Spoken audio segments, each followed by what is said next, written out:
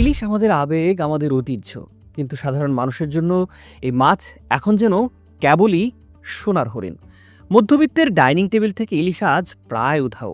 বাজারে গেলে ছ্যাঁকা লাগে পকেটে। কিন্তু ভাবুন তো, যদি এমনটা হয়, পদ্মা বা মেঘনা নয়, বরং আপনার হাতের কাছে কোনো ফ্যাক্টরিতে বৈজ্ঞানিক উপায়ে চাষ হচ্ছে এই রূপালী ইলিশের, আর তাও দাম থাকছে সাধারণের নাগালে। শুনতে সিনেমার গল্প মনে হলেও বাংলাদেশের মৎস্য খাতে এমনটাই এক অবিশ্বাস্য বিপ্লব ঘটতে যাচ্ছে। দেশের শীর্ষস্থানীয় শিল্পগোষ্ঠী প্রাণ আরএফএল গ্রুপ, তারা নিতে যাচ্ছে 430 কোটি টাকার এক বিশাল প্রজেক্ট। প্রথমবারের মতো বাংলাদেশে বাণিজ্যিকভাবে ফ্যাক্টরিতে বা ইনডোর পরিবেশে চাষ হবে ইলিশ মাছের। কিন্তু প্রশ্ন হলো, চাষ করা এই ইলিশের স্বাদ কি আসলেও পদ্মার ইলিশের মতোই হবে, নাকি এটি কেবলই একটি ব্যয়বহুল স্বপ্ন? প্রিয় দর্শক, আসসালামু আলাইকুম। আমি শাহাদাত হোসেন আছি আপনাদের সাথে। আজকের ভিডিওতে আমরা এই প্রকল্পটির বিস্তারিত আলোচনা করব। নিশ্চয়ই নতুন কিছু জানতে পারবেন। তো চলুন শুরু করা যাক। আশা করি পুরো আয়োজনে সাথেই থাকবেন। বাংলাদেশের জাতীয় মাছ ইলিশের চাহিদা বিশ্বজুড়ে, বিশেষ করে মধ্যপ্রাচ্য, ইউরোপ আর আমেরিকায় থাকা প্রবাসীদের কাছে এর কদর হীরা চেয়ে কোনো অংশে কম নয়। কিন্তু সমস্যাটা কোথায়? আমরা পুরোপুরি প্রাকৃতিক উৎসের উপর নির্ভরশীল। নদী ব্যবস্থার পরিবর্তন আর মৌসুমী নিষেধাজ্ঞার কারণে অনেক সময় বাজারে ইলিশ পাওয়া দুষ্কর হয়ে পড়ে, আর যখন পাওয়া যায় দাম আকাশচুম্বী। এই সংকটের সমাধান খুঁজতে গিয়ে প্রাণ আরএফএল হাত মিলিয়েছে ডেনমার্কের অন্যতম বিখ্যাত একটা প্রতিষ্ঠানের সাথে। ডেনিশ প্রযুক্তি আর বাংলাদেশের পুঁজি সব মিলিয়ে বিনিয়োগ হচ্ছে প্রায় 3 কোটি ইউরো, বাংলাদেশি টাকায় যা প্রায় 430 কোটি টাকা। এখন আপনার মনে প্রশ্ন জাগতে পারে, ইলিশ তো সাগরের মাছ, নদীতে ডিম পাড়তে আসে। একে ঘরের ভেতরে বা ফ্যাক্টরিতে চাষ করা কি আদৌ সম্ভব? এখানেই আসছে ম্যাজিক টেকনোলজি, যার নাম RAS, রিসার্কুলেটিং এগ্রিকালচার সিস্টেম। এটি একটি সম্পূর্ণ নিয়ন্ত্রিত ইনডোর চাষ পদ্ধতি।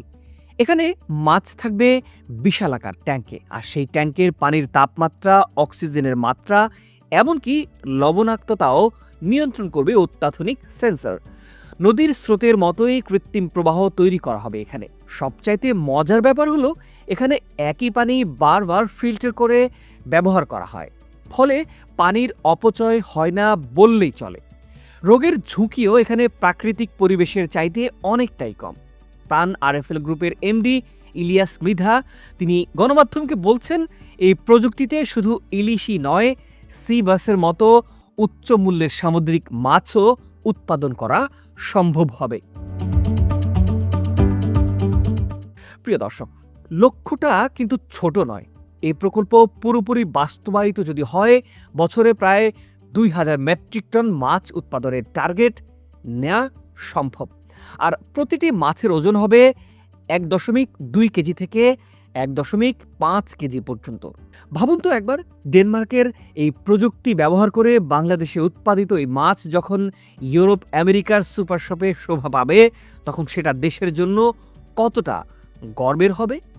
তবে আমাদের দেশের মানুষের মূল কৌতূহল হলো অন্য একটা জায়গায়। চাষের ইলিশের স্বাদ কেমন হবে?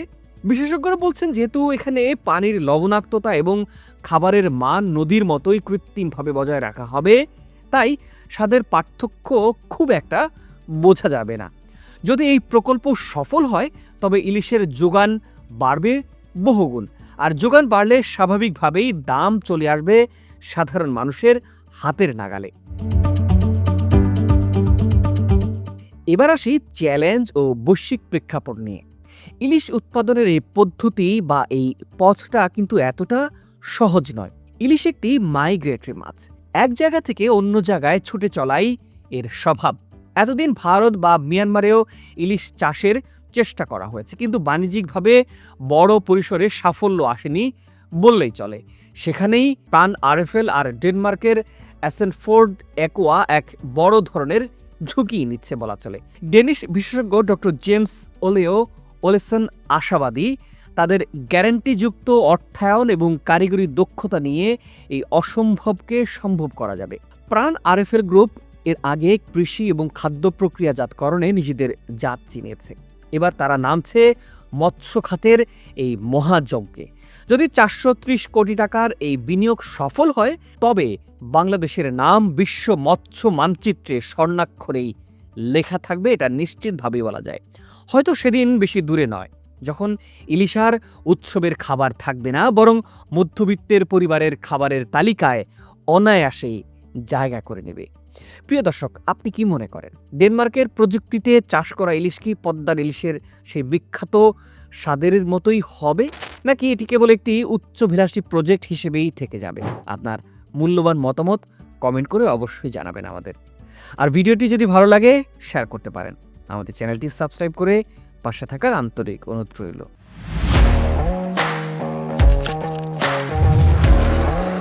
প্রফেশনাল স্টুডিও খুঁজছেন?